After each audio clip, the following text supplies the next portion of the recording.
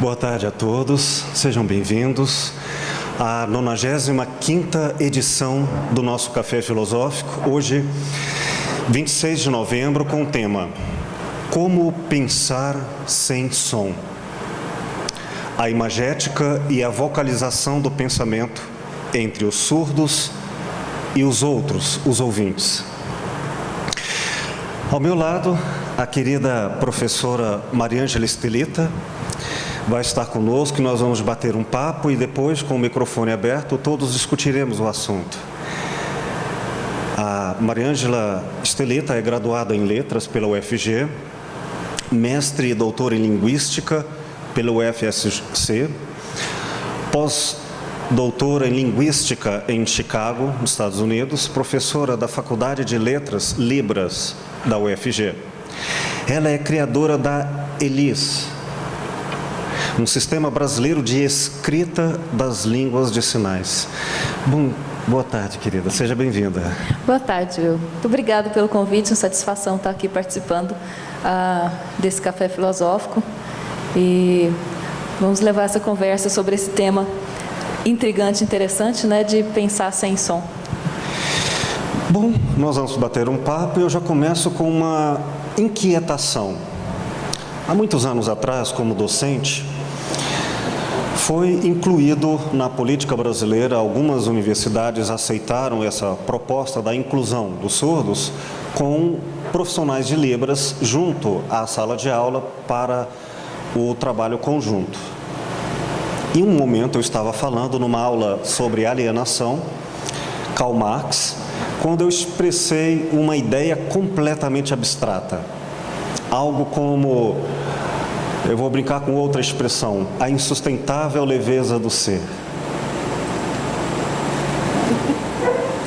E eu fiquei pensando, como ela traduziria isso?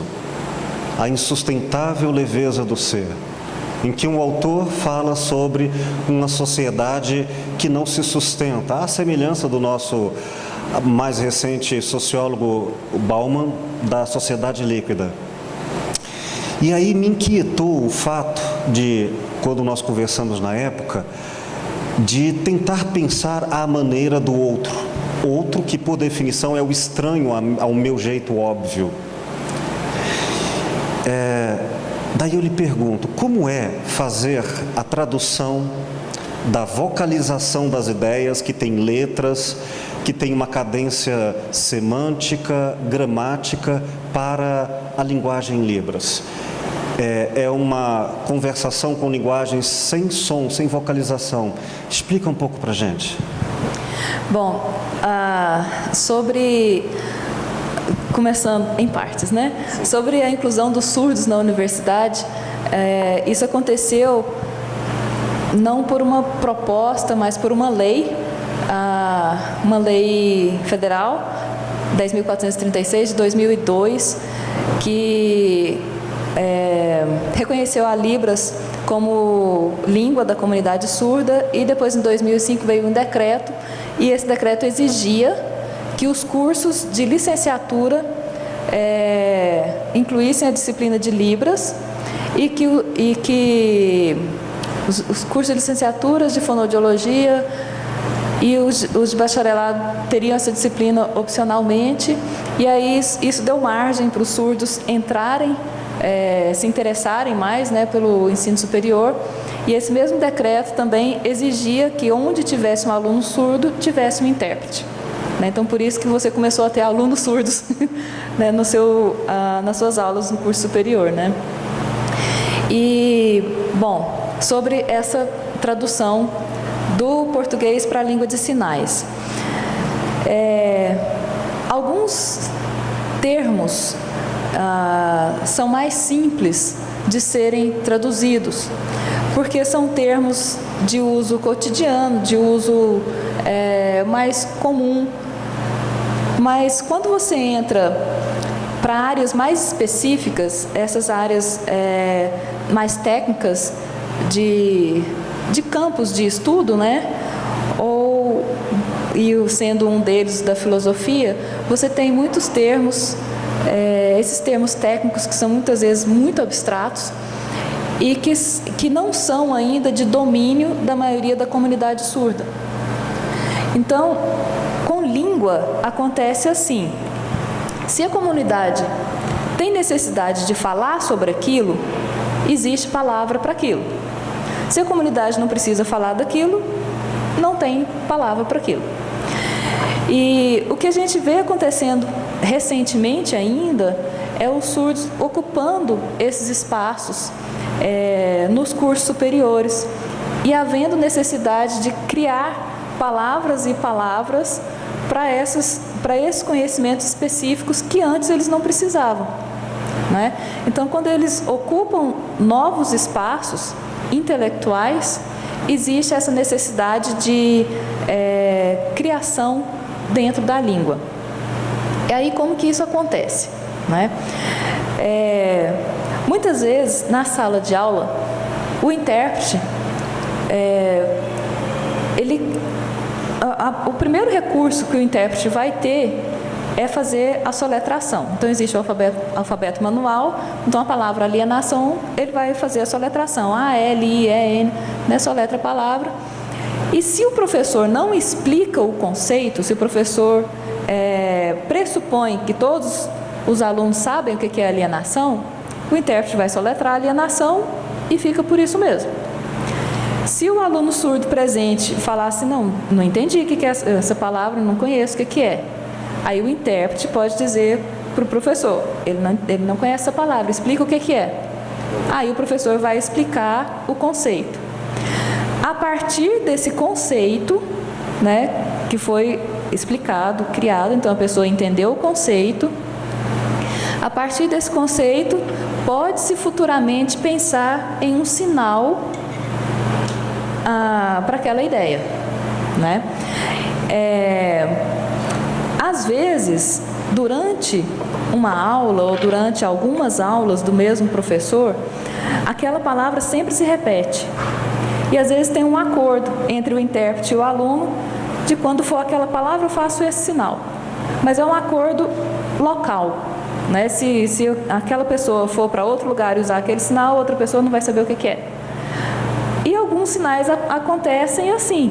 Ele vai para outro lugar, a pessoa não sabe o que é, ele explica o conceito, a pessoa adquire aquele novo sinal, aquele novo conceito, e assim vai se ampliando, né? Mas a ideia é você partir da compreensão do conceito para a elaboração, a criação de um sinal que represente aquele conceito, que é o que a língua faz, né? As palavras que a gente fala são representações de conceitos, né? Você está falando sobre questões e a minha mente está aqui viajando em 1000 outras questões. Em filosofia, essa clássica questão da verdade que permeia o problema entre o termo e o significado.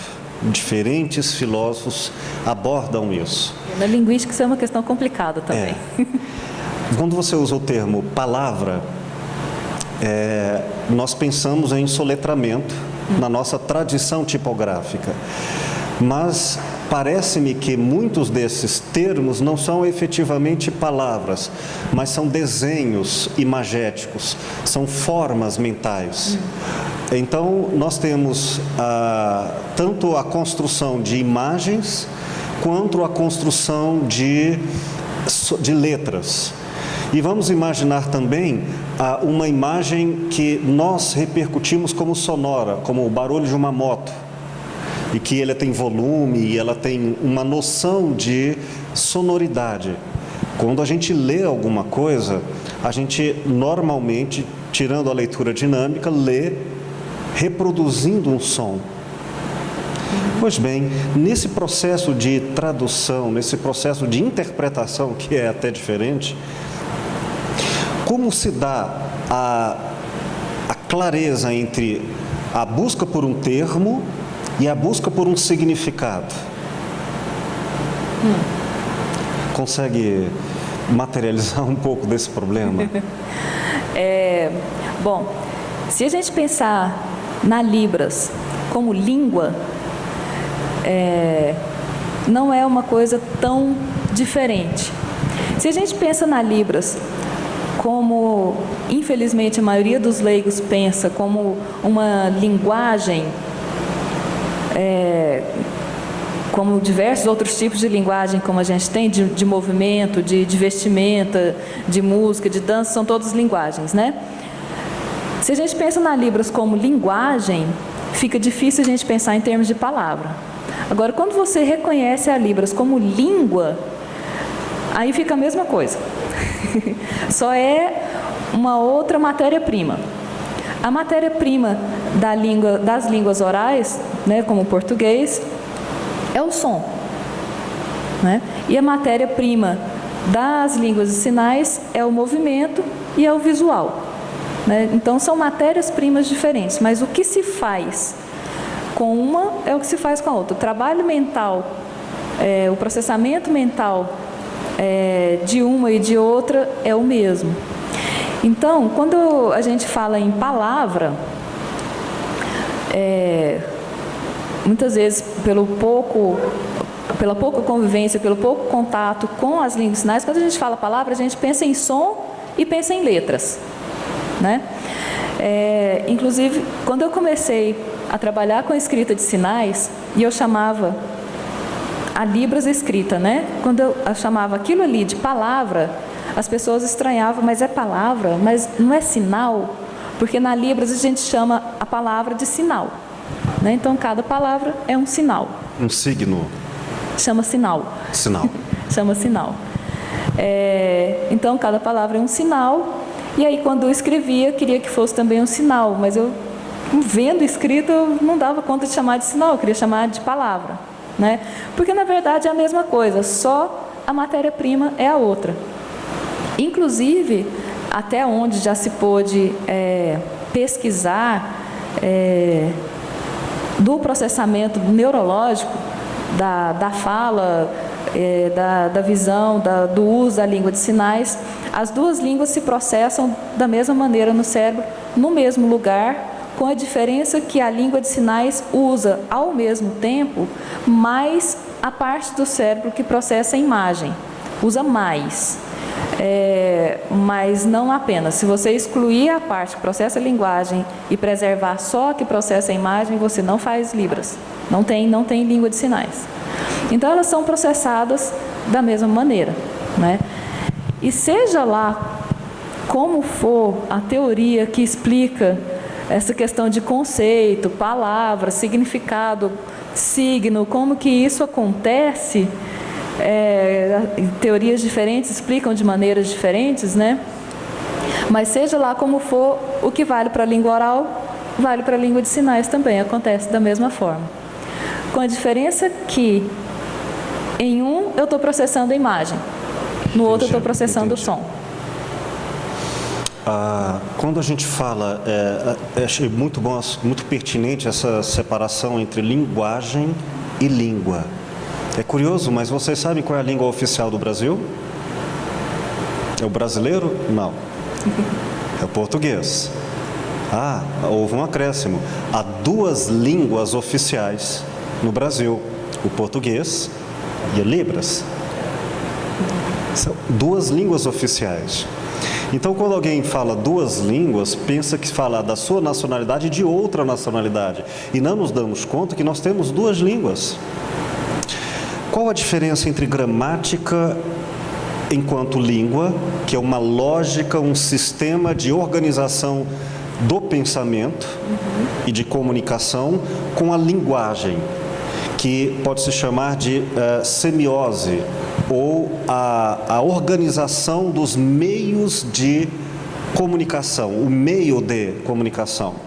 Então, numa mesma língua, podemos ter diferentes semioses, como, por exemplo, o gesto, a oralidade, a escrita, e cada uma delas tem uma lógica própria. Mas, basicamente, mantém a mesma gramática, ou seja, elas são feitas como lógica, como sintaxe de afirmar ou negar coisas. Essa é a estrutura primordial, lógica de qualquer língua. No entanto, quando nós mudamos da escrita para a oralidade, as regras da gramática são alteradas um tanto, porque o sim ou não no texto escrito é fácil de ser representado. Mas o sim e o não, num olhar cheio de amor e ódio, numa expressão teatral, gestual, não é fácil. Então eu queria que você falasse um pouco, você que é poliglota e conhece várias línguas, inclusive morou e estudou nos Estados Unidos. Eu, quando estive nos Estados Unidos, eu observei, como leigo, uma característica de linguagem, portanto, de semiose, entre a fala comum dos americanos e a dos brasileiros, e aqui, é claro, é tão amplo que eu falo, que dois países continentais têm diferentes manifestações de semiose, de linguagem, dependendo do ambiente em que estejam. Mas eu me dei conta que nos Estados Unidos o inglês, por ser uma língua menos, se eu posso dizer assim, rica de vocabulários como o português, portanto, menos complexa. Pelo menos com menos flexões, né? Isto, obrigado. Tinham que gesticular mais para que se fizesse entender durante a fala. E que no português parece que isso é menos, como se houvessem algumas línguas no qual a gestualidade e o pensamento imagético precisasse ser complementar para o entendimento. Me fala um pouco sobre isso, a sua impressão. Na verdade, eu tenho a impressão contrária. Eu tenho a impressão contrária, que nós gesticulamos mais. Não sei se talvez por uma espontaneidade maior, mas como você falou, depende do local onde a gente está, né? E eu acho que a questão dos gestos nas línguas orais é um outro campo de estudo, né? Essa complementação dos gestos nas línguas orais. Porque quando a gente fala que a língua oral é som, isso é o básico da língua oral, né? Porque a gente complementa, sim, a língua com o gesto. Tanto que se você estiver falando ao telefone, é mais difícil de você entender, porque você não está vendo os gestos da pessoa, né? Agora, é interessante você tocar nesse ponto da gramaticalidade nas diferentes semioses, né? Então, quando eu tenho um texto oral, um texto escrito ou um texto sinalizado, a gramática tem que mudar, porque o meio é outro, né? E isso é uma questão muito interessante da gente perceber, é uma comparação muito interessante da gente fazer entre línguas orais e a língua de sinais. As línguas de sinais, por serem visuais e acontecerem gestualmente no espaço, a gramática das línguas de sinais é totalmente espacial. Ela acontece no espaço. Então, às vezes, se vocês observarem o intérprete, às vezes dá até para vocês perceberem. Se eu estou falando, por exemplo, de escrita e oralidade, a escrita eu coloco aqui, a oralidade eu coloco aqui. Aí, quando eu for me referir novamente à escrita, eu sinalizo do lado de cá. Eu já estou dizendo que é escrita. Eu não preciso falar de novo sinal de escrita. Eu sinalizo do lado de cá e tudo que for do lado de cá é escrita. Né? Tudo que for do lado de cá é oralidade. Eu estabeleço Você quer dizer com uma mão e com outra? Não. Não. Com as duas mãos eu sinalizo aqui. Ok. Com as duas mãos eu sinalizo aqui. Eu delimito posições no espaço para os elementos do meu discurso. Sejam personagens ou sejam qualquer outro tipo de elemento. Eu delimito espaço, posições no espaço para esses elementos. E isso é um jeito de usar a língua que, para quem usa a língua oral, é muito estranho. Né? Como que eu vou me referir àquele elemento só pelo espaço, sem uma palavra, sem um nome para aquilo, né? E isso funciona, a gramática da língua de sinais, a sintaxe da língua de sinais é toda baseada na espacialização. Né? Tanto que quando a pessoa está começando a aprender língua de sinais, ela faz muita confusão, porque ela esquece que ela tem que atribuir posições, ou ela esquece quem que estava de qual lado, e aí dá um problema de compreensão enorme, porque se eu falei que aqui na minha esquerda é a escrita e aqui é a oralidade, e eu esqueço e troco, a pessoa estava entendendo o negócio e de repente ela não entende mais, porque eu fiz cometi um erro sintático grave, né? Então, a maneira de pensar, de organizar a língua é espacial, diferente do pensamento, da maneira de organizar o pensamento com a língua oral, que é linear. E isso na tradução, muitas vezes dá muito problema. Um momentinho. Chega o banco um pouquinho mais para cá por causa da filmagem, tá? Obrigado. Às vezes dá problema, porque às vezes o intérprete inexperiente tem dificuldade para traduzir, porque às vezes em português eu estou falando, isso aqui é linear, mas eu preciso dessa informação que está aqui no fim para eu construir a minha espacialização em libras, né? Mas essa ordem das palavras é uma coisa que varia de língua para língua, né? Então, se eu for traduzir do português para o alemão, eu vou ter o mesmo problema, né? A diferença é que em libras eu vou organizar espacialmente. Você está colocando questões que eu imagino que muitos devem atualizar ao seu próprio modo diferentes problemas. Me ocorre agora, trazendo para o campo da filosofia e não da operacionalidade da linguagem, ou seja, falando de uma possibilidade do conhecimento ser alterado pelo tipo de linguagem utilizado. Até a década de 90, houve uma grande força no Brasil, sobretudo, mas é claro, no mundo, da chamada Escola de Frankfurt, que desenvolveu a teoria crítica a partir das ideias de Karl Marx e Freud, segundo o qual a estruturação da linguagem é feita de 3 elementos atomicamente separados e que poderiam ser, portanto, mecanicamente articulados ao interesse do poder em jogo. Portanto, haveria um emissor, uma mensagem e um receptor, seja o ouvinte ou seja um surdo. Portanto, aquele que tivesse o poder, o controle das mídias, da indústria cultural, ele poderia, em tese, lavar o cérebro das pessoas, porque ele deteria a mensagem. Então, de forma passiva, o receptor não poderia significar senão do jeito que lhe foi passada a mensagem. Bom, essa tese perdurou por muito tempo.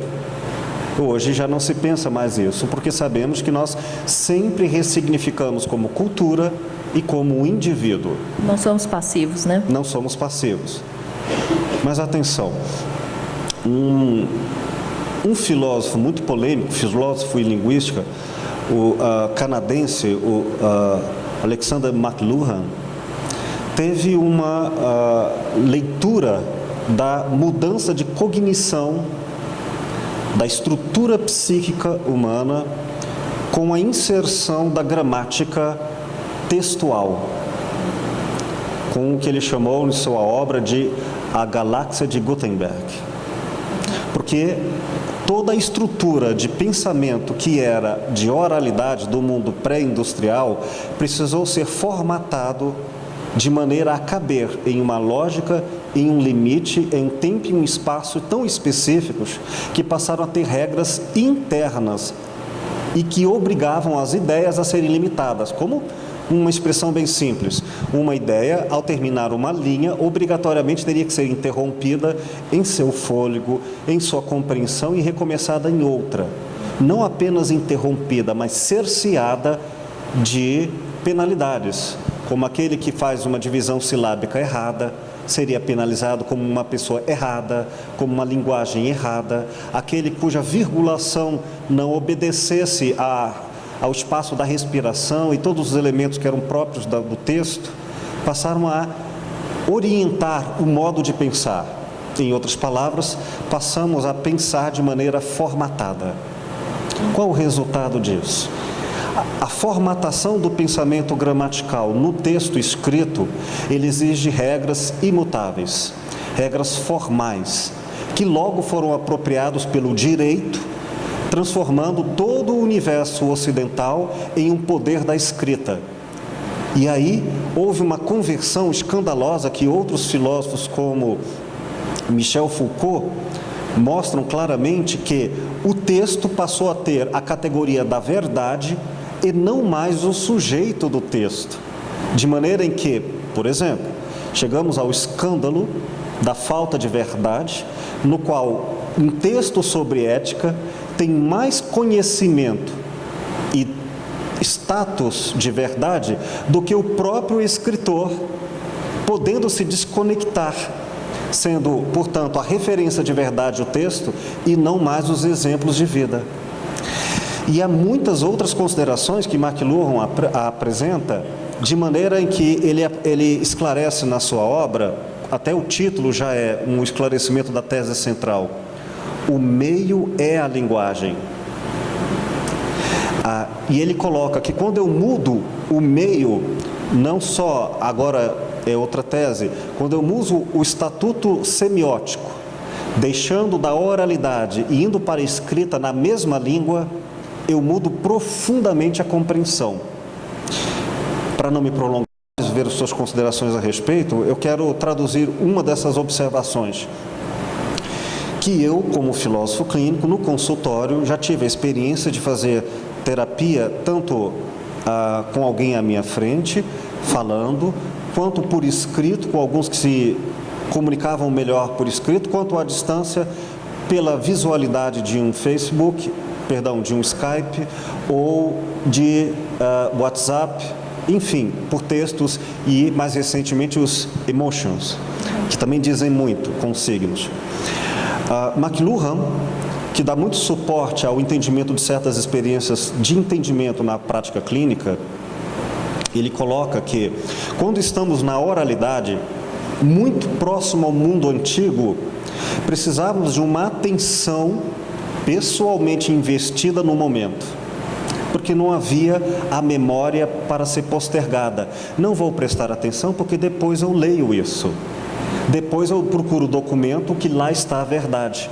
Se eu perder a oportunidade, eu perco o que nunca mais se recuperará. Então a atenção e toda a responsabilidade eram ativadas, um estado de consciência era ativado por causa do momento presente do diálogo. E isso se perdeu, substituindo a inteligência por memória, até nas avaliações, considerando muitas pessoas mais capazes, porque são capazes do texto e não do diálogo. Quando você me disse que o estado de comunicação em Libras exige uma atualização constante e muito pessoal dos termos, das palavras, então eles não abandonam o estado de consciência na fala, não mecanizam a fala, como hoje nós falamos até sem pensar. Falamos até sem saber o que queremos dizer, porque repetimos palavras.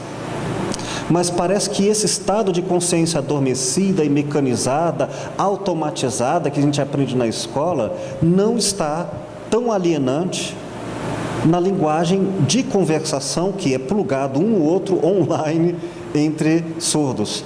Faz sentido o que eu estou dizendo? Me parece que eu acho que eu não me expressei bem. Esse da pessoa ficar sempre, constantemente lembrando o espaço de cada coisa é para o aprendiz. A pessoa já fluente ou que usa a língua de sinais espontaneamente como sua primeira língua faz isso muito naturalmente, muito espontaneamente. Eu estava me referindo ao aspecto de cada um ressignificar as palavras e os termos ao seu modo, de maneira em que, quando surge uma outra pessoa nessa interlocução, ser necessário atualizá-lo dessa linguagem. O que nós não fazemos quando, para usar uma expressão banal, digo, eu te amo, em expressões tão diferentes, desde o desejo erótico, desde a adoração da personalidade, desde um desejo afetivo qualquer, parece que ela se tornou uma palavra comum. E isso parece não haver na linguagem gestual e na língua de Libras, porque ele exige muito como o outro está entendendo naquele momento. Faz sentido? Na verdade, não é assim. Essa constante atualização acontece quando estão envolvidos elementos de linguagem que são elementos novos. É porque nós, falantes do português, nós estamos acostumados com uma língua que já está em diversos espaços e a gente já conhece esse vocabulário para esses diversos espaços, né? E quando você está falando, por exemplo, se você for falar de filosofia com uma pessoa que não sabe nada de filosofia, você sabe que aquela pessoa não conhece determinadas palavras. E você pode ou dizer a palavra e dizer o significado, ou não dizer aquela palavra e dizer uma outra que você acha que a pessoa sabe. É a avaliação do seu destinatário, né? Pensando aqui no emissor, mensagem, receptor, né? Então você avalia o seu destinatário, o que você acha que ele sabe, o que ele não sabe. Agora, o que acontece? O que tem acontecido recentemente na língua de sinais é os surdos passarem a fazer parte de coisas que antes eles não faziam, até muito recentemente. Então, passarem a trabalhar em empresas, porque existe a lei que exige, né, a contratação de pessoas com alguma deficiência, e as empresas contratam muitos surdos. Então, eles começam a fazer parte de universos diferentes e aquilo faz com que eles conheçam um vocabulário diferente, que quando eles tanto no trabalho quanto no estudo, né? Acho que, aliás, principalmente no estudo tem esse boom de vocabulário novo, né? E quando eles voltam para a comunidade que não participa desses novos espaços, aí acontece isso que você estava dizendo, essa atualização. Né? Interessante isso. E aí eles trazem esses novos sinais e, inclusive, aconteceu um evento muito marcante na escolarização dos surdos no Brasil, que foi em 2006, que a Universidade Federal de Santa Catarina abriu um curso de letras libras. Do mesmo jeito que a gente tem letras em inglês, letras em português, abriram um curso de letras libras à distância, que aconteceu em todo o Brasil. E eu já ouvi relatos de que muitos surdos que foram fazer, isso foi 2006, muito recente, né? Diz que muitos surdos que foram fazer esse curso, né, aprenderam todo aquele vocabulário, um curso de letras, né, todo aquele vocabulário da área de linguística, da área específica da educação, aprenderam todo aquele vocabulário, muitas vezes eles eram vistos como snobs, porque eles usavam o vocabulário, falavam de coisas que não eram da comunidade surda, ou seja, que não era o que eles estavam acostumados a lidar. Então, essas pessoas vinham com um conhecimento novo e às vezes, alguns não tinham a sensibilidade de que aquilo era novo para toda aquela comunidade. Ele estava ali inserido no curso, todo mundo falando daquele jeito, e ele voltava para a comunidade e achava que o mundo inteiro tinha mudado, né? E não era bem assim. Então, já ouvi relatos de pessoas reclamando, né, do posicionamento desses surdos que foram fazer faculdade, que tinham um vocabulário muito snob, muito... Na verdade, não é. É um vocabulário de um outro campo de conhecimento, que não é o do dia a dia comum. Então, essa atualização acontece, e tem acontecido muito, por causa desse momento em que a língua de sinais... Não é nem que a língua de sinais, desse momento que os surdos vivem de maior abertura, de maior possibilidade de ocupar outros espaços sociais que antes lhes eram negados. Muito bom você colocar isso. Se a gente pode dividir a linguagem entre uma função instrumental, técnica, objetiva, de repasse de informações padronizadas no entendimento, podemos falar de outro tipo de linguagem, pelo menos filósofos como Habermas trataram disso, a linguagem como uma ação comunicativa, em que nenhum significado é postulado e ele tem que estar sempre redefinido e em jogo vivo de interpretação a cada momento. Não só nos aspectos cognitivos, se o outro entendeu ou não, eu tenho que me reposicionar quando eu falo algo, e eu tenho que verificar se o outro entendeu, porque mais importante do que a informação é a comunicação. Quanto nos aspectos éticos, se eu falar, ainda que o outro entenda, Se ele se sente ferido, eu preciso atualizar a conversa, porque importa, sobretudo, não o que é dito, mas a nossa relação de alteridade, de respeito. Nesse sentido, você está me dizendo que quando nós nos tornamos conhecedores com grande habilidade dos termos linguísticos, das regras linguísticas de uma determinada língua, nós podemos cair na facilidade de uma linguagem, de uma conversação instrumental. Não pensarmos tanto exatamente no que falamos, quanto na relação da importância do outro.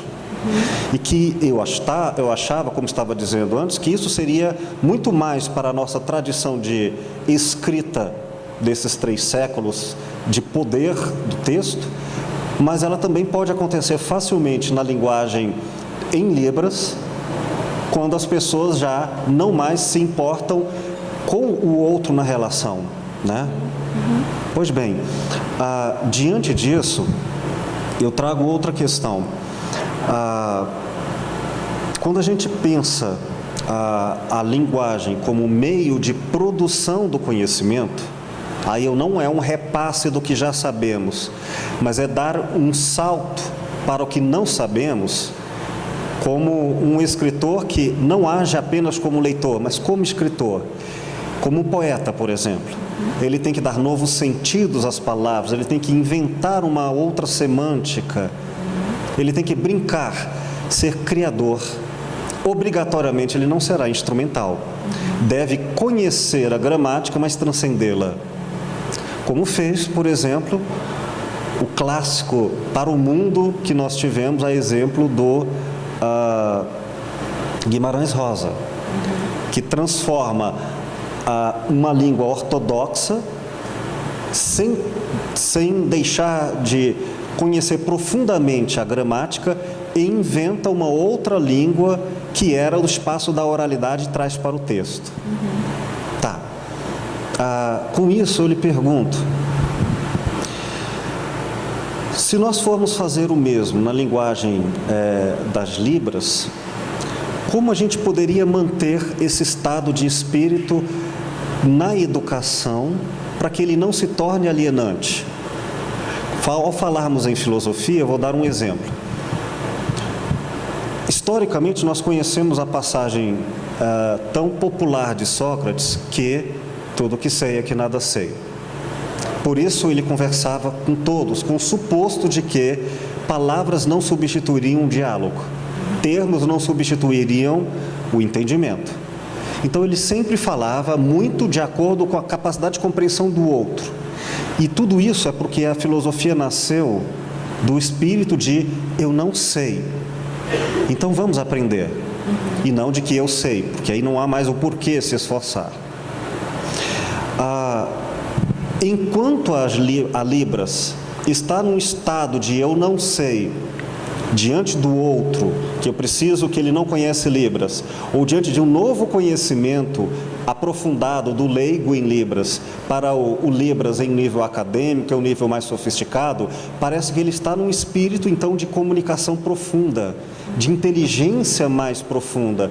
E quando ele se torna ou senso comum na linguagem em Libras, ou se torna talvez, como aconteceu na faculdade de filosofia em geral no Brasil, um conhecedor erudito, ele já deixa de ser filósofo e passa a ser um repetidor inteligente, mas não sábio. Você já teve essa experiência de, como professora, encontrar essas duas diferentes, digamos, personalidades no ambiente das línguas, da Libras? Você diz quanto ao uso da Libras? Quanto a pessoas que já conversam a Libras de forma alienada, sem se importar com o grau de entendimento e muito mais como uma língua instrumental, e outras que pela oralidade, a semelhança do mundo antigo, ainda permanecem muito atentas, com mais respeito ao outro enquanto falam. Isso é meio complicado para mim, para eu poder responder, porque eu sou ouvinte, eu não sou falante nativo de língua de sinais. Então, quando o surdo conversa comigo, ele já leva isso em consideração. Então, ele não conversa comigo da mesma forma que ele conversa com outro surdo. Então, é difícil, assim, para eu conseguir, pela minha experiência comigo, de uso da língua, de perceber isso, porque eu já vejo que a língua já chega modularizada para mim, né? Mas eu consigo perceber, sim, alunos surdos, né? Alguns mais fluentes em Libras, outros menos fluentes, principalmente aqueles alunos surdos, filhos de pais surdos, que cresceram usando Libras. Parece que eles usam a língua muito mais naturalmente, mais espontaneamente, com mais propriedade, sem esforço, não é? Mesmo, parece que eles fazem um esforço maior quando falam comigo.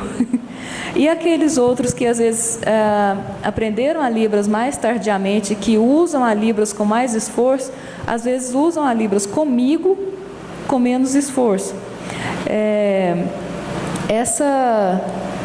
Não sei se é bem isso que você está querendo abordar, mas essa naturalidade, essa espontaneidade de uso da língua, se eu estou preocupada com a língua que eu estou usando, se eu estou pensando na língua que eu estou usando, ou se eu estou simplesmente usando a língua como instrumento para dizer o que eu quero, que é um outro nível, né? Tem muitos fatores que podem influenciar nisso daí, que é uma característica muito específica da comunidade surda, porque nós, ouvintes, falantes de português, nascidos no Brasil, a gente nasce ouvindo português, cresce, fala português. E o surdo não. Né? Alguns vão ter contato com a Libras já na adolescência, outros na fase adulta, outros ficam muitos anos sem língua nenhuma, né? Então, isso é um fator que interfere muito nesse uso da língua. Eu uso essa língua só como instrumento, eu tenho que ficar pensando para formular uma frase como se eu estivesse falando uma língua estrangeira. Entendi. Eu vou tentar traduzir assim de outra maneira e convidá-los a essa reflexão. Renato Russo tem uma canção no qual ele fala que uma pessoa, uma certa ideia de pessoa fala demais porque não tem nada a dizer. Esse é o tipo de língua meramente instrumental que já não é mais uma ação comunicativa. E isso já é comum na nossa cultura e muito mais comum em pessoas eruditas, como eu acabei de citar, o professorado de filosofia, em que fala, mas não se comunica, porque não está atento ao outro. E procurei me ancorar na ideia da tese de McLuhan, que isso grandemente se deu ao fato de nos tornarmos seres escritos, leitores, ou seja, seres que não têm mais relações vivas com o outro durante a conversação. Entendi. Porque isso não está acontecendo na linguagem da gestualidade das Libras. Eu exijo estar atento ao outro. Por isso que eu pensei, talvez em Libras seja necessário, as pessoas tenham muito mais uma ação comunicativa do que uma ação instrumental, porque não podem postergar para o futuro a linguagem, nem o interesse do entendimento. Entendi. Nesse sentido, eu acho que sim, essa questão da presença é muito mais forte. Da presença, da ética, da postura. Sim, eu acredito que isso tem ainda um peso maior entre os surdos. Quem está na plateia pensar diferente depois, por favor, me corrija nos comentários, no momento dos comentários, né? Mas eu tenho essa impressão, sim, de que os surdos têm essa questão do que se diz, não é o que está escrito que vale. O fulano falou para mim desse jeito, né? Me disse que era isso. Não, mas olha aqui, está escrito diferente. Não, mas fulano me disse que é assim. Não é pelo que é dito, mas é pelo que é compreendido ou comunicado. Isso. E nós aqui, de outra forma, nos defendemos juridicamente para dizer, mas eu disse isso. Se você entendeu aquilo, o problema é seu. Eu tenho um resguardo de proteção jurídica para me ancorar e defender meus interesses. Né? Sobretudo escrita. E que esse tipo de comportamento instrumental, antiético, já não pode acontecer na oralidade do mundo antigo, porque ele exigia a palavra empenhada, a presença feita, a testemunha ao vivo, e também, penso eu, que uma espécie de consciência, a maneira da sabedoria do mundo oral antigo, ela hoje se atualiza no conhecimento das Libras. Eu não sei se esse meu modo de pensar é correto, mas se nós formos pensar, por exemplo, nos textos bíblicos, nós o lemos como uma informação, mas ele foi dito em uma oralidade que até toda a estrutura linguística que foi passada, inclusive semiótica, é para reproduzir o diálogo. Tanto os textos orientais quanto os gregos, os hebreus, todos eles têm uma estrutura de representação de diálogo, um fala e o outro ouve. Estrutura de oralidade, hoje não. né? Então, sempre quando um fala e o outro ouve, ainda que por escrito, ele diz, eu não entendi. Aí tem um complemento, uma espécie de circularidade de ação ética de comunicação. Que eu quero imaginar que a possibilidade de uma sabedoria intelectual e espiritual do mundo, de todo o mundo antigo, pode se atualizar, esteja se atualizando no nascimento muito recente da Libras, no português, e em outras línguas de sinais. Porque essa questão que a gente tinha falado antes da semiose implica a maneira como a pessoa age, né? E se a gente pensar na Libras só na modalidade sinalizada, ela exige essa atitude de oralidade daquele texto que se perde, do que foi dito e se perde, né? Então, o que tem que acontecer naquele momento, no momento da presença, e a presença é importante, né? E o que se diz, o valor do que se discute, o que tiver de resolver, é no momento da oralidade, pensando em sinalização, né? No momento da sinalização. E todo aquele o pensamento circular que a oralidade faz, que diz, retoma, explica de novo, volta, porque eu estou vendo o meu interlocutor, eu estou vendo que às vezes ele não entendeu muito bem, eu falo de novo. Ou se magoou. Isso, então tudo eu tenho que retomar, eu tenho que ficar consertando esse meu texto, né? E essa é uma estrutura que acontece na Libras, e acredito que nas demais línguas de sinais, por essa característica da linguagem evanescente, né? Dessa oralidade.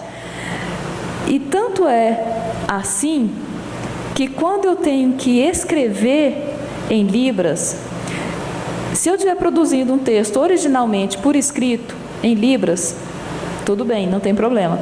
Agora, se eu tiver um vídeo em Libras, principalmente se for um diálogo, duas pessoas conversando em Libras, e eu tenho que escrever aquele texto, dá um problema enorme, porque seria como a gente gravar a nossa conversa aqui e depois transcrever e querer que aquilo seja um texto escrito. Não é, né? A estrutura da oralidade não é a estrutura tradicional do texto. Não é. E isso, às vezes, até quando eu estou ensinando escrita, dá algum problema, né? Porque a pessoa fala, mas não foi assim que a gente fez o diálogo. Né? Não foi, mas o diálogo foi o diálogo, né? Ali na sinalização. Quando você vai escrever, tem que ter outra estrutura. Não, mas é a estrutura própria da Libras. Então, a gente está ainda nessa questão de como organizar a língua por escrito, essa língua que tradicionalmente só existia na forma sinalizada. E aí nós chegamos a mais um momento dessa nossa conversação que eu gostaria que você nos explicasse como nasceu e o que é a Elis. Que já estamos falando justamente da mudança de uma mesma língua, Libras no caso, mas mudando a semiose da gestualidade para a tipografia, para o texto e talvez aí outras regras que impliquem nessa formatação visual. Não só visual, como também digital, que já implica hoje na possibilidade de uma formatação que é multimediática. Ela é imagem, ela é som, ela é texto. Como nasce? Me conta um pouco da história e o que é Elis. Bom, a Elis é uma sigla para a escrita das línguas de sinais. E A Elisa é uma criação minha que nasceu primeiro de uma necessidade particular minha. Eu não achei nunca que fosse virar um sistema de escrita que tivesse o alcance que já tem, né? E primeiro, quando eu comecei a criar, eu nem sabia que existiam outros sistemas de escrita. Bom, começou que eu estava fazendo um mestrado, eu estava estudando verbos em Libras, e eu tinha que descrever esses verbos. Então, se eu faço um verbo, por exemplo, dizer, eu tinha que falar, a mão está nesse formato, o polegar nesse formato, os dedos fechados, o indicador estendido, a palma para o lado, na boca, o movimento para frente. De cada verbo que eu estava estudando, eu tinha que descrever isso tudo, né? E eu, muito economicamente, comecei a substituir essas descrições por símbolos. E eu achei, na minha inocência, né? Eu achei que só colocando os símbolos ali, pronto, já tinha uma escrita. Beleza, fácil, né? Então, é isso que eu estou descrevendo, eu tiro, coloco os símbolos, pronto, criei uma escrita, né? Aí, quando eu comecei a usar aquilo ali, foi o problema da semiose. Não é tão simples assim, né? Tá, eu tenho um símbolo para cada coisa, como se eu tivesse uma letra para cada som. Só que ter uma letra para cada som não é um sistema de escrita. Um sistema de escrita é um negócio muito mais complexo do que isso, né? E eu, na minha inocência, achava que não. À medida que a gente começou a usar, foi aparecendo necessidade de criar regras, de combinação dessas letras, de combinação de uma palavra com outra. E aí, quando entrou na sintaxe, quando a gente começou a escrever texto, começou a dar muito problema por causa daquilo, né?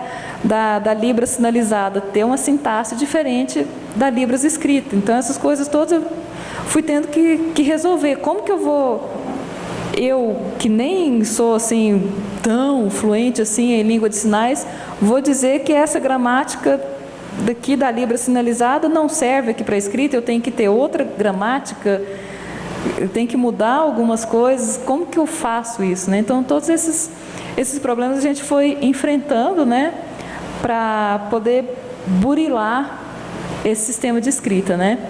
E foi quando eu tive a ajuda de duas turmas de alunos surdos que foram participantes da minha pesquisa de doutorado, que foi exatamente o tema da minha pesquisa de doutorado, foi a verificação prática dessa escrita, né?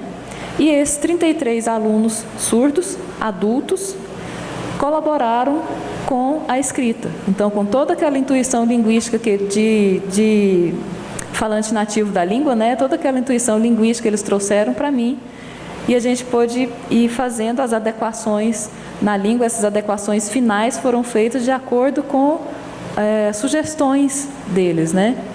E, ultimamente, de 2014 para cá, a gente está num projeto de um último rearranjo, o último assim, né? A gente tem a ilusão que é o último, né? Mas o que parece... O mais recente. Rearranjo da língua, que é a ortografia, que já é um outro nível de escrita, não é? Seria, por exemplo, em português, se eu escrever casa com Z ou com S, eu leio do mesmo jeito. Só que já está instituído que é com S, uma regra ortográfica. Até 2014, com a Elisa, eu podia escrever os sinais assim, com uma letra ou com outra, e tudo bem. E de 2014 para cá, a gente entrou com esse projeto de ortografia, porque a ortografia é importante para a leitura ser mais fluida, né, mais dinâmica, e a compreensão ser melhor, né? Então, a gente está com esse projeto de ortografia. Mas isso já...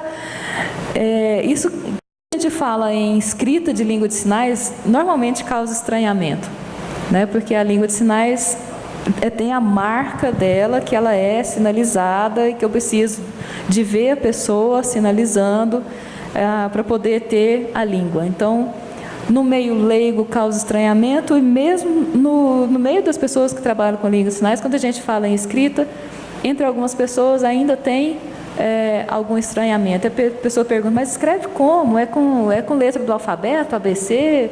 Não, são outras letras, né?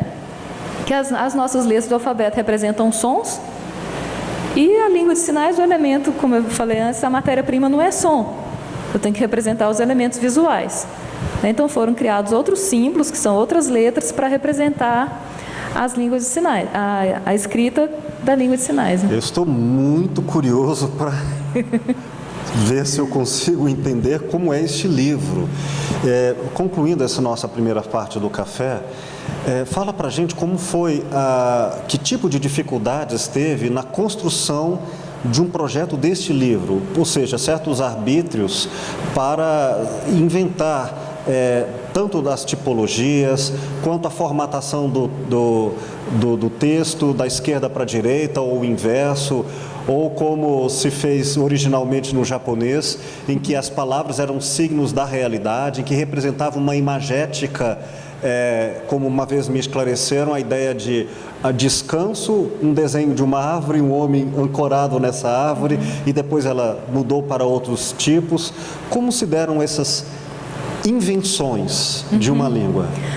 E o livro publicado, e depois apresente para a gente, por favor, o nome do livro, como localizá-lo, informações que pela internet no YouTube os interessados poderão adquiri-lo. Sim. E seus contatos também. Sim. Bom, nada em escrita é óbvio, né? Tudo na escrita é arbitrário. Então, tudo isso teve que ser pensado. E quando a gente pensou, uma das coisas que a gente teve que pensar foi realmente essa direção da escrita, né? A gente quis que a escrita da Libras fosse algo que causasse menos estranhamento possível, né? Para ter uma aceitação maior, mais fácil. Então a gente pensou numa escrita horizontal, da esquerda para a direita, com uma textualização parecida com o que a gente faz, com parágrafo, com ponto final, com vírgula, ponto de exclamação. Perdão, você está pensando nesse livro tanto para ouvintes quanto para surdos? Para qualquer pessoa que use língua de sinais, né? Então a gente pensou num direcionamento do texto assim. E quanto aos símbolos, né, a tipologia realmente, nessa pesquisa de doutorado que eu mencionei, que os alunos surdos me auxiliaram, eu usava os símbolos que eu tinha à disposição no computador, no Word, naquele inserir símbolo. Eu usava aqueles símbolos que eu tinha à disposição. Quando eu vi que o projeto criou o corpo e que eu precisava de algo melhor, eu procurei um designer e para ele fazer uma fonte para mim, da Elis, para eu poder digitar. E aí, o primeiro estranhamento dele, ele pegou as letras, né, os símbolos que eu tinha, olhou e falou assim, mas isso é muito feio, isso não vai virar uma fonte nunca. E assim, eu fiquei muito ofendida, né, de falar que meu filho era feio.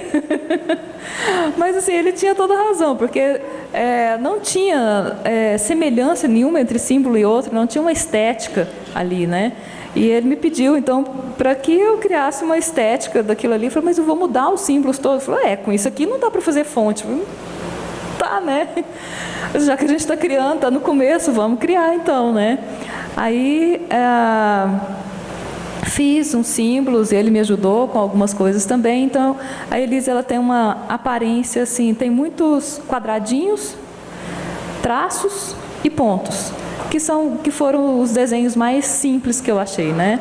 Então, assim, de quadradinho, traços e pontos, que representam os elementos visuais, um formato de mão, um movimento, um ponto de articulação. Então, isso que esses símbolos representam.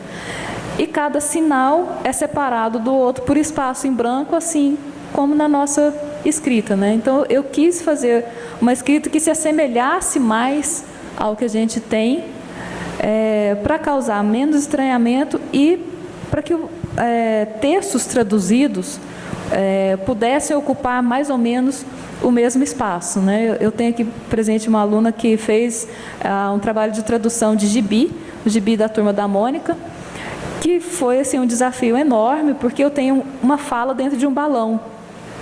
E a fala da tradução tem que caber no mesmo balão. Né? Então, se fosse um outro tipo de escrita que mostrasse, por exemplo, o corpo inteiro, não funcionaria, né? Então, as mãozinhas naquele... Ou as mãos, não ia caber no mesmo espaço, né? Então, acho que foi Acho que foi uma ideia feliz essa de fazer parecer com o texto que a gente já tem. Eu só quero acrescentar, com muito carinho e gratidão, que mais do que feliz, foi corajosa e histórica. Obrigada. Inaugura não só uma nova forma de linguagem, como também uma nova forma de estabelecimento e pontes entre as pessoas. Parabéns por isso. Obrigada. O que a gente costuma dizer é que realmente a maior defesa que se tem para o uso da escrita da língua de sinais é que a língua de sinais pode ocupar outros espaços que a sinalização não ocupa. Por exemplo, você não tem um documento sinalizado, você tem um documento escrito, né? Vamos dizer que futuramente você pode ter uma carteira de identidade escrita em Libras, né? Que você pode ter qualquer coisa. O que é escrito, por exemplo, você tem um livro, você tem coisas que são escritas que, se você transformar em vídeo, implica em outras coisas. Sim. Né? Para a gente concluir, eu queria que você passasse essa referência bibliográfica do seu livro, como se pode adquiri-lo, e uma última pergunta neste momento, que é traduzível para outras línguas o que essa organização que você fez na Elis, outras línguas que não o português? Que não há Libras. Ela é universal, por exemplo? Sim, é universal. sim. Essa escrita pode ser usada. Essa escrita pode ser usada com qualquer língua de sinais. Do mesmo jeito que a gente tem um alfabeto de A a Z, que pode ser usado com qualquer língua, porque representa os elementos básicos, né, os elementos sonoros, a Elis também representa esses elementos básicos da língua de sinais. Pode ser usado com qualquer língua. Que bacana. Do mesmo jeito que o nosso alfabeto precisa de alguma adaptação, a Elis também precisa de algumas adaptações para serem usadas com outras línguas, mas é possível. Pelo menos nas línguas latinas que você está se referindo, essas com o letramento igual? Não. Aí a família das línguas de sinais é diferente da família das línguas orais. São independentes. Né? Não, a Libras e português são línguas independentes uma da outra, né? Seu contato, os livros, como é que a gente adquire? Bom, sobre o livro se chama Elis, Sistema Brasileiro de Escrita das Línguas de Sinais. Foi publicado pela editora Penso. Penso? Penso. É uma editora do Grupo A. Esse livro, ele contém explicações do sistema, as regras, mostra as letras todas, qual a ideia da letra, a história da escrita, como usar a fonte para digitar no computador. Tem exercícios práticos para a pessoa começar a treinar. Então, é um livro mais didático, né, para quem quiser começar a aprender a escrever. Então, Elis, Sistema Brasileiro de Escrita das Línguas de Sinais. E você pode encontrar ou no próprio site da editora, né, da editora Penso, www.grupoa.com.br. PENSO. Ou se você digitar o nome do livro, já outras livrarias têm também, Saraiva, Cultura, também vendem o livro. E se quiserem entrar em contato, fico muito feliz. Meu e-mail é estelitabrasil@gmail.com. E se quiserem saber mais sobre a escrita, sobre o livro, será um prazer. Parabéns, querida. Obrigada.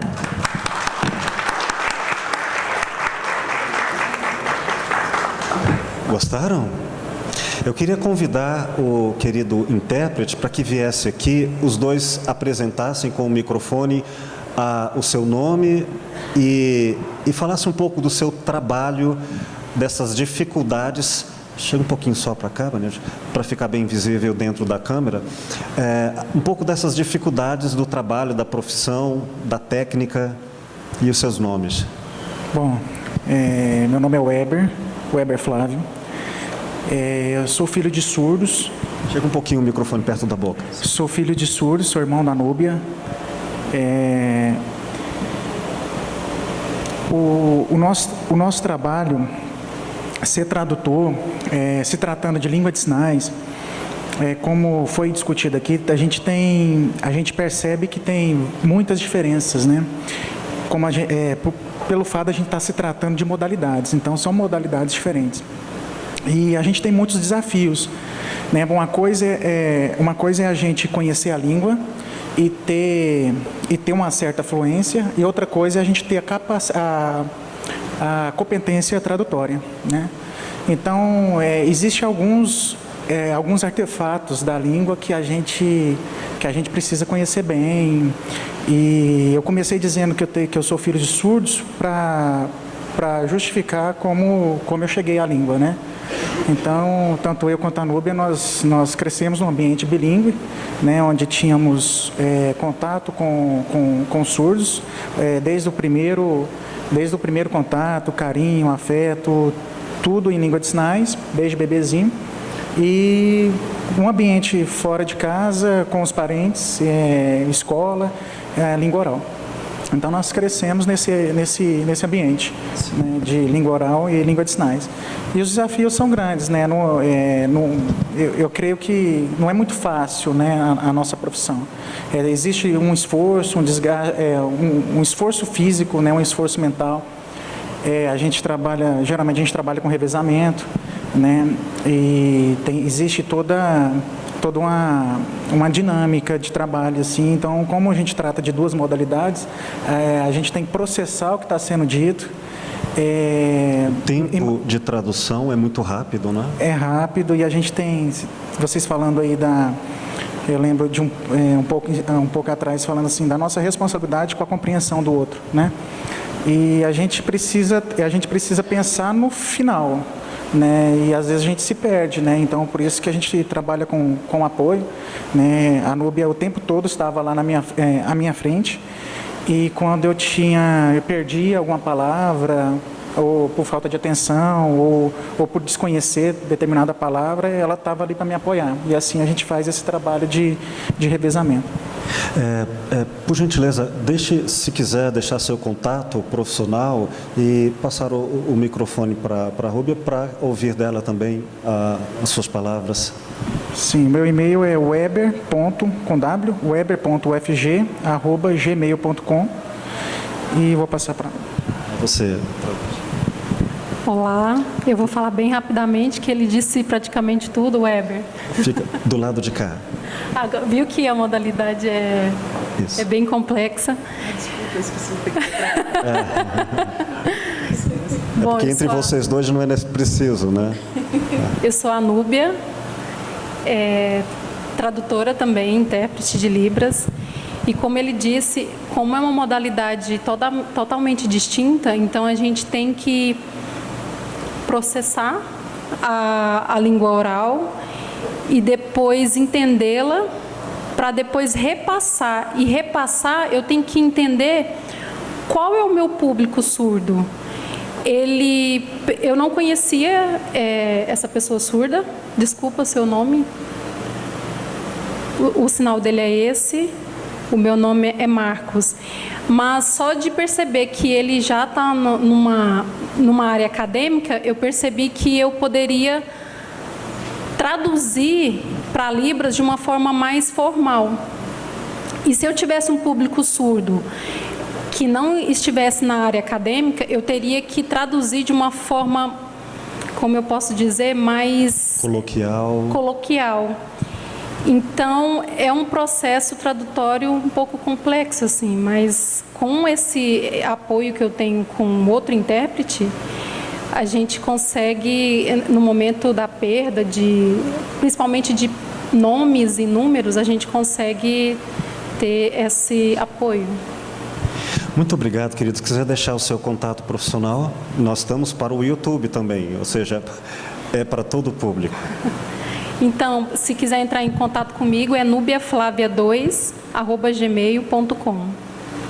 Muito obrigado, querida. Obrigado a todos vocês. Vamos fazer um intervalo e daqui a pouco a gente volta conversando com todos com o microfone disponível e aberto. Até lá.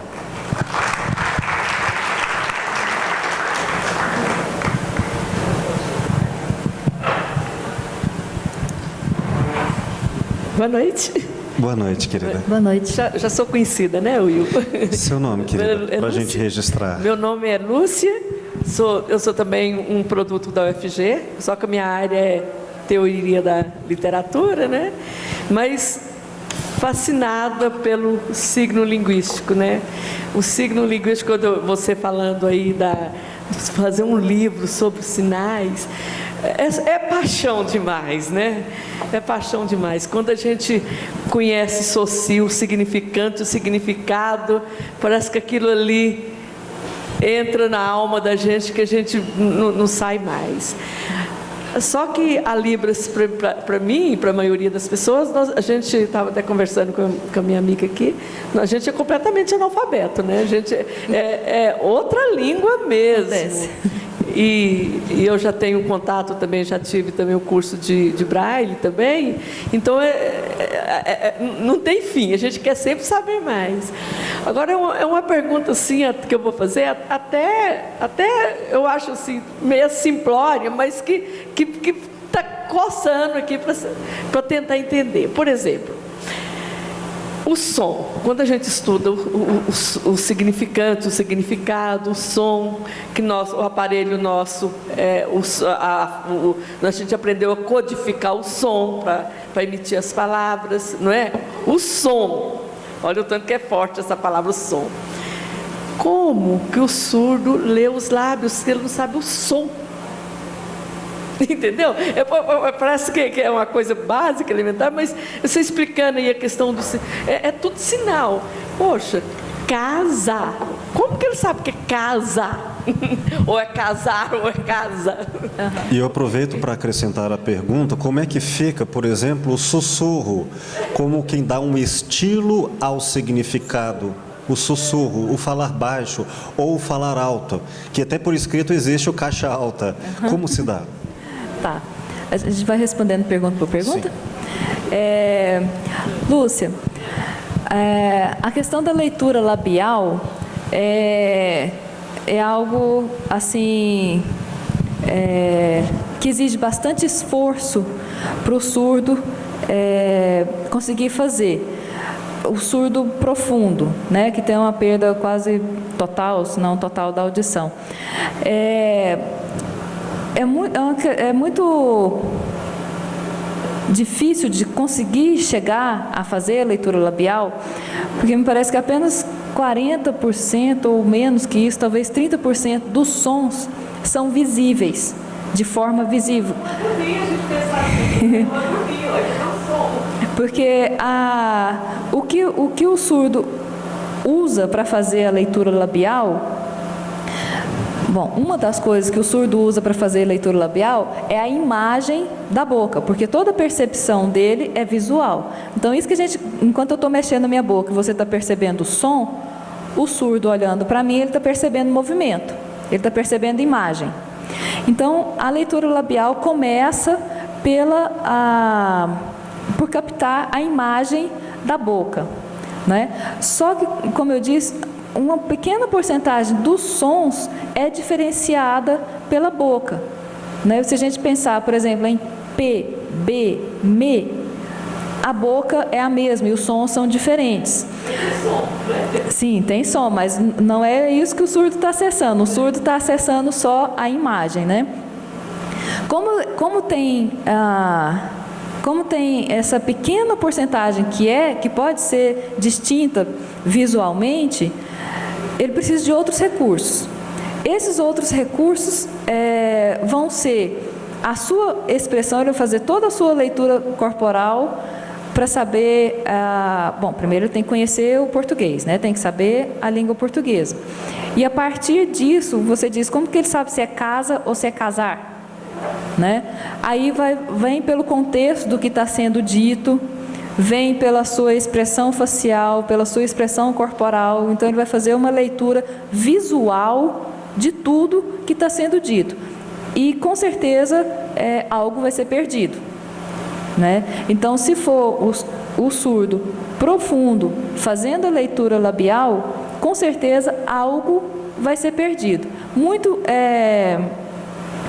é reconstruído por ele, surdo, pelo contexto, né? Então ele tem que ser muito mais generoso, porque quando a gente conversa com uma pessoa, a gente tem que ser generoso para entender tudo que a pessoa está falando, porque a pessoa não fala tudo, A pessoa fala alguma coisa e a gente complementa com aquilo que a gente sabe. Então, o surdo tem que ser muito mais generoso nessa complementação, porque o que ele capta pelo visual é pouco, complementa com o contexto e complementa com a sua expressão corporal, que muitas vezes nós, ouvintes, desprezamos ou não percebemos, não damos atenção. Mas tudo isso é dica de significado, né?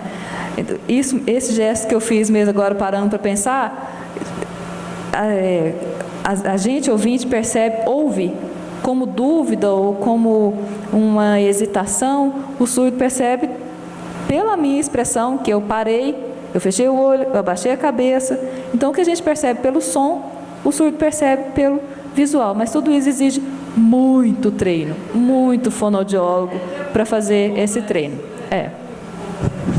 Questões, por favor? Microfone. O que você tinha perguntado, Will? O sussurro. Sim, sobre... A ideia de som baixo. Sobre o sussurro em Libras, né? É possível também. Então, vamos dizer assim, essa audibilidade dos sinais é feita pela amplitude do movimento, né? Principalmente. Então, se eu quero falar secretamente com você, eu tenho aqui toda uma plateia olhando para a gente, eu quero falar em sinais secretamente com você, ou vou fazer o sinal pequeno, ou vou tentar esconder a minha mão. Eu escondo com o meu corpo, eu escondo atrás de um objeto, e certamente o sinal vai ser menor. E se eu quiser gritar, eu vou fazer um sinal grande. Olá, meu nome é Bruno, ficou um pouco alto. Eu observo que quando eu estabeleço uma linha de reflexão mental, ou uma linha de raciocínio, eu me valho de um recurso de diálogo interno, como se eu conversasse comigo mesmo. Então tem uma frase, às vezes tem até um interlocutor. Eu acho que é um processo de reflexão. Como que um surdo mudo faz esse tipo de reflexão mental? Ele estabelece algum diálogo, algum nível de conversação interna? Essa é a pergunta. É muito interessante. Primeiro, só me permite te corrigir que essa expressão surdo mudo já é antiga e não é bem vista na comunidade. A gente chama de surdo, certo? Do mesmo jeito que a gente faz essa reflexão interna, o surdo faz também. Ou ele faz essa reflexão em língua de sinais, que deve ser o mais natural, o mais espontâneo, ou ele pode fazer a reflexão em português também. Mas muitas vezes você vê a pessoa pensando, né? Às vezes você vê a pessoa sozinha, fazendo pequenos sinais, ela está pensando. Ou ela pode simplesmente não fazer sinal nenhum e simplesmente pensar. Mas essa reflexão acontece por meio da língua de sinais também. Lembrando daquilo, se a gente pensar na língua de sinais como língua, ela faz tudo que as línguas orais fazem, né? Mesmo essa reflexão da pessoa consigo mesma. Né? É muito parecido com o estudo da música. Como? Então, geralmente o músico, ele fica tocando, né? Lembrando a música e tocando. Né? Quem toca piano, quem toca órgão. Então, o surdo também fica lembrando os sinais. Assim como a gente lembra das palavras, ele pode lembrar também dos sinais, mas não necessariamente fazendo os sinais, né? Sem movimento nenhum, só o pensamento. Sim. É bom lembrar que, falando em reflexão, essa ideia de voltar atrás, que exige um tempo em que alguém fala e alguém ouve, mesmo que esse outro seja eu próprio em outra posição, discordando de mim, tendo outra perspectiva do que originalmente eu pensava. Nós podemos fazer isso de maneira muito representativa, em que eu uso a linguagem como espelho. Eu a vejo e sei que não sou eu, é um instrumento. Mas nós podemos fazer reflexões sem o instrumento da linguagem, ou seja, de forma intuitiva, de forma instantânea dentro de nós. É como faz, por exemplo, um jogador de futebol que, ao driblar, ele não elabora primeiro um pensamento para depois reproduzi-lo em gestos. Ele o faz durante e não reflexivamente. E se lhe pergunta como ele pensou, ele diz, eu não sei, mas foi durante. Então, muitas das nossas reflexões, elas não acontecem necessariamente via texto. em qualquer linguagem. Ela pode acontecer também via movimentos que são contextualizados, é o contexto que reflete. Questões, por favor? Sim. Meu nome é Janete. Eu tenho duas questões. Uma delas é em relação à questão da dança, né? Eu participo muito de movimentos ligados à dança e nós temos alguns amigos surdos que dançam. Então, eu gostaria que você, se for possível, falasse um pouco disso, né? Então, como é o desenvolvimento do ritmo, né? Nós trabalhamos com a dança muito com som, então, como é que isso é possível se dar, né? E a outra questão é que eu sou professora e já tive alguns alunos surdos em sala de aula com a presença do intérprete. Mas, no momento da correção das provas, eu tinha uma dificuldade muito grande, porque os alunos escreviam textos em resposta às provas, muito sem as ligações, sem as preposições, então, palavras soltas. E aí a minha dúvida por que isso se dá, né? Por que da dificuldade de usar a frase com as ligações e sim palavras soltas? Então, às vezes eu tinha muita dificuldade para corrigir, porque eu meio que eu que tinha que fazer essas ligações para conseguir compreender o texto ali e entender se aquele texto atendia ao que realmente estava se questionando ali naquela pergunta. Professora Janete, acrescentando a minha experiência à sua, quando reconheci o mesmo que você acabou de dizer, a maneira como eu encontrei, somente de forma prática, sem um acréscimo de compreensão que a professora Maria Ângela vai nos dar, foi fazer uma prova também com o intérprete. E aí implicava em relações de conversação mais complexas do que memória, né? Sim. Isso só complementando, já tem alguns anos. Hoje, certamente, eu faria assim. A Núbia, inclusive, foi nossa intérprete, né, durante um tempo. Naquele momento, ainda não se pensava em fazer assim. Mas hoje eu imagino que é um caminho também, né?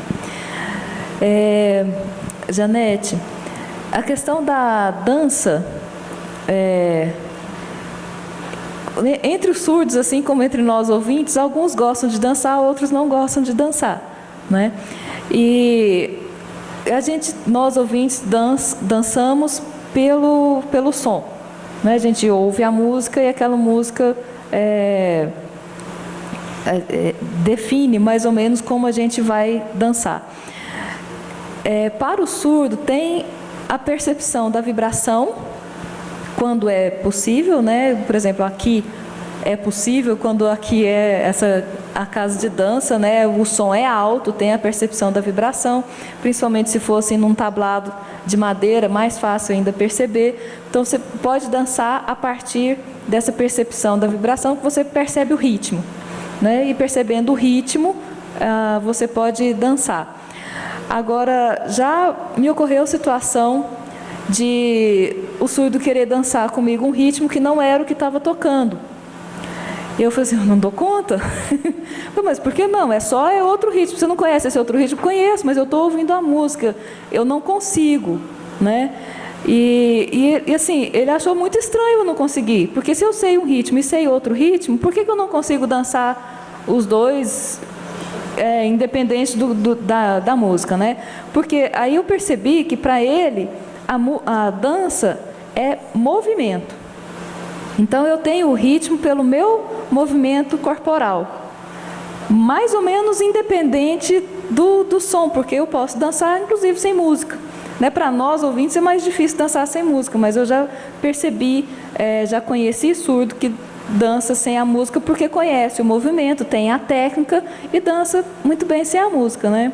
Não sei se era isso que você queria saber, mas lembrando só que entre os surdos, assim como entre os ouvintes, uns gostam de dançar e outros não, né? A questão do texto do aluno surdo,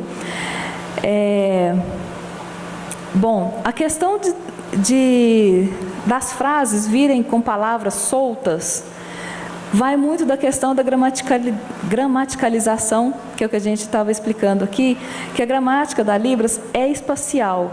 Então, eu tenho sinais, e essa relação gramatical que a gente faz em português por preposições, por conjunções, na Libras ela é feita espacialmente.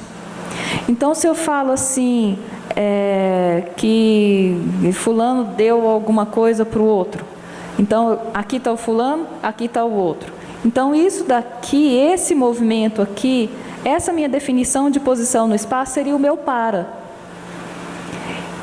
Que depois, que quando eu vou escrever em português, eu não tenho esse para, porque isso é o surdo usando o português no nível de interlíngua. Né? Ele está usando palavras do português com uma gramática da Libras. Né? E essa gramática da Libras não usa com um sinal separado essas relações que você falou que precisava ir complementando, né? Essas relações são feitas pela espacialização. Então, daí a impressão de que são palavras soltas. Agora, por que permanece assim ao longo dos anos de escolaridade do surdo? Aí é outra questão, é a falta do professor de português que sabe ensinar o aluno surdo. Porque a maioria dos professores de português ensina o aluno surdo como se ele fosse falante de português. Ensina como se fosse L1, primeira língua. E não é. Né? Então, teria que ter um ensino de português específico para o surdo, para que ele aprendesse português como segunda língua e que ele adquirisse esse conhecimento específico do português, dessas palavras, preposições, conjunções, artigos, flexões verbais, para que ele adquirisse esse conhecimento da língua portuguesa. Porque enquanto ele não tem esse conhecimento específico, o que ele faz? Ele usa a gramática da Libras e palavras do português, que é o que a gente chama de interlíngua. Que, na verdade, você lê, não é Libras, porque a palavra está em português, e também não é bem português, porque não tem todas aquelas conjugações próprias da língua portuguesa, é uma interlíngua, né? Falta aí um professor de português competente que saiba ensinar esse aluno surdo. E essa técnica, essa metodologia de avaliação com o diálogo, com a presença do intérprete, eu acho muito válida, porque dá oportunidade para o surdo expressar tudo o que ele sabe, porque às vezes por escrito ele não vai conseguir dizer tudo que ele sabe, vai tirar nota ruim, não porque não sabe, mas porque estava tendo que se expressar numa língua que não é a dele, né? Não só numa língua, quanto também numa semiose, porque às vezes dentro da mesma língua, alguns não conseguem expressar intelectualmente o que querem na fala, mas o fazem na escrita ou o inverso. Ou o contrário. Né? Ou em público ou em particular. Então, são os elementos semióticos dentro da língua que merecem não um tratamento instrumental, universal e padrão, mas um tratamento comunicativo, ético, no qual importa mais o diálogo do que o resultado prático, independente das pessoas. Sim. Mais alguma questão? Por favor, ali, ó, por favor, o microfone.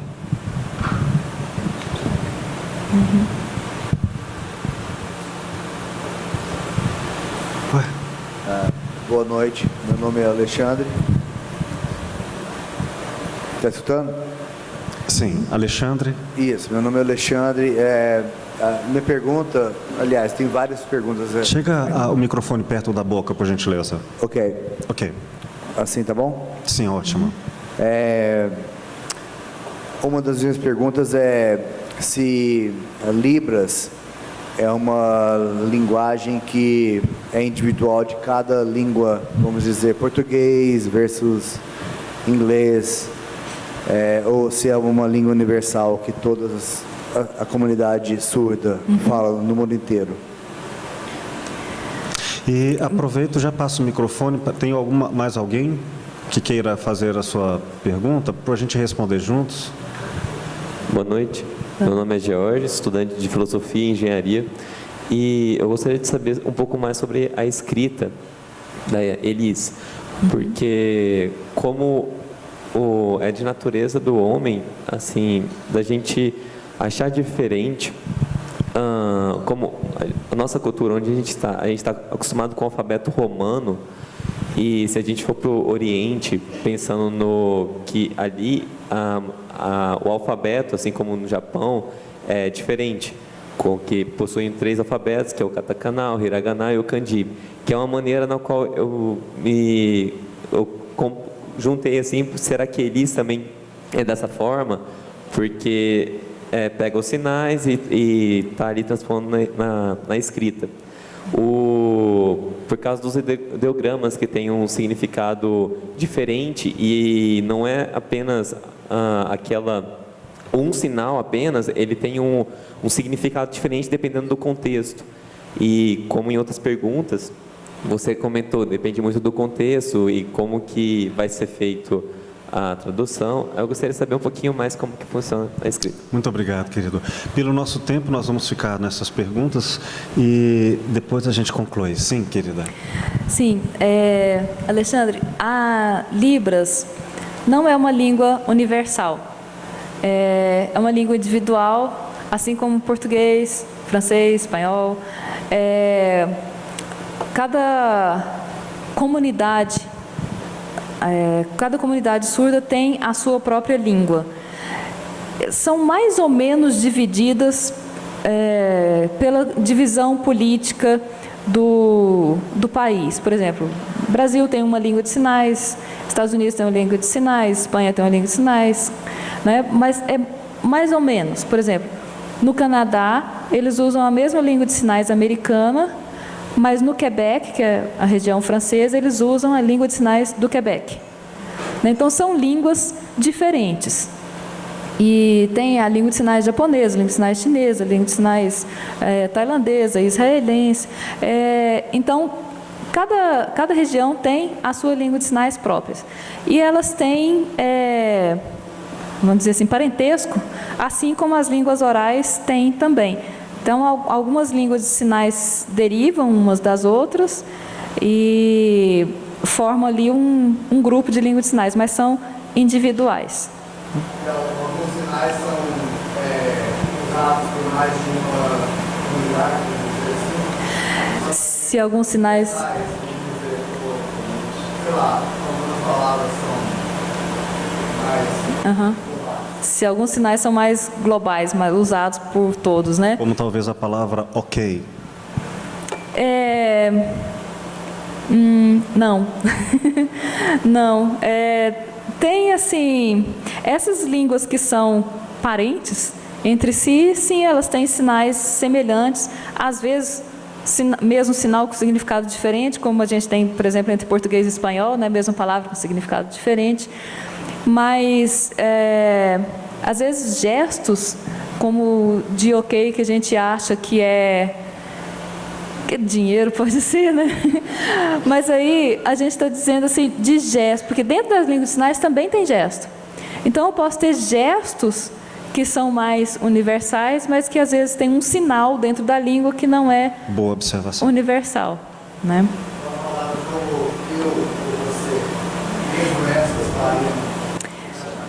Podem variar também.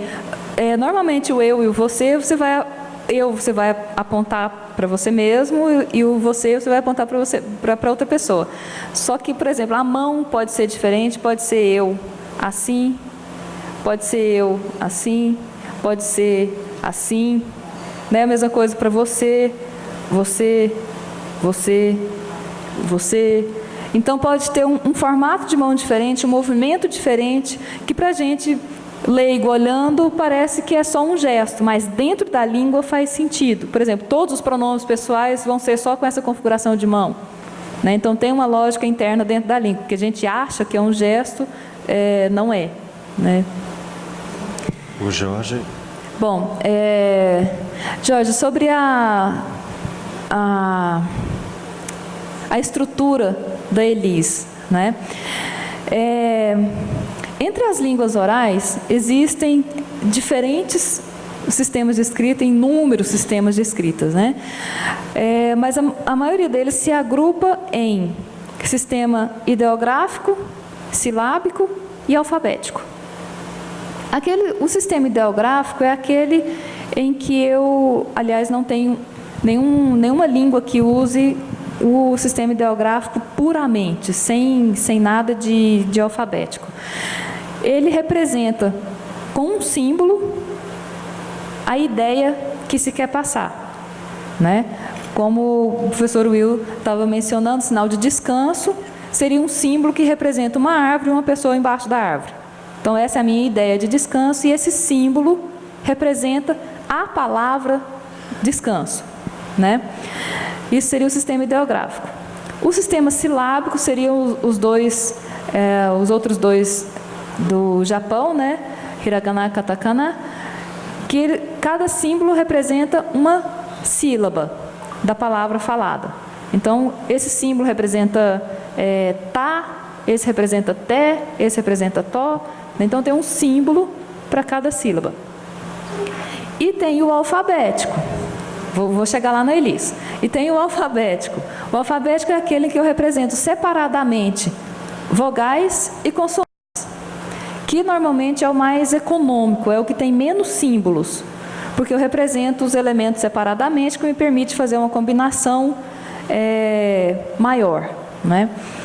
A Elis seria classificada nesse alfabético, porque eu represento esses elementos menores. Por exemplo,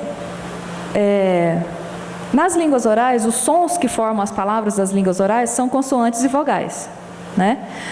Nas línguas de sinais, basicamente, nas línguas de sinais, o que forma o sinal é uma configuração de mão, a sua orientação da palma, o seu ponto de articulação, onde que a mão está, o movimento que a mão realiza e a expressão que você faz.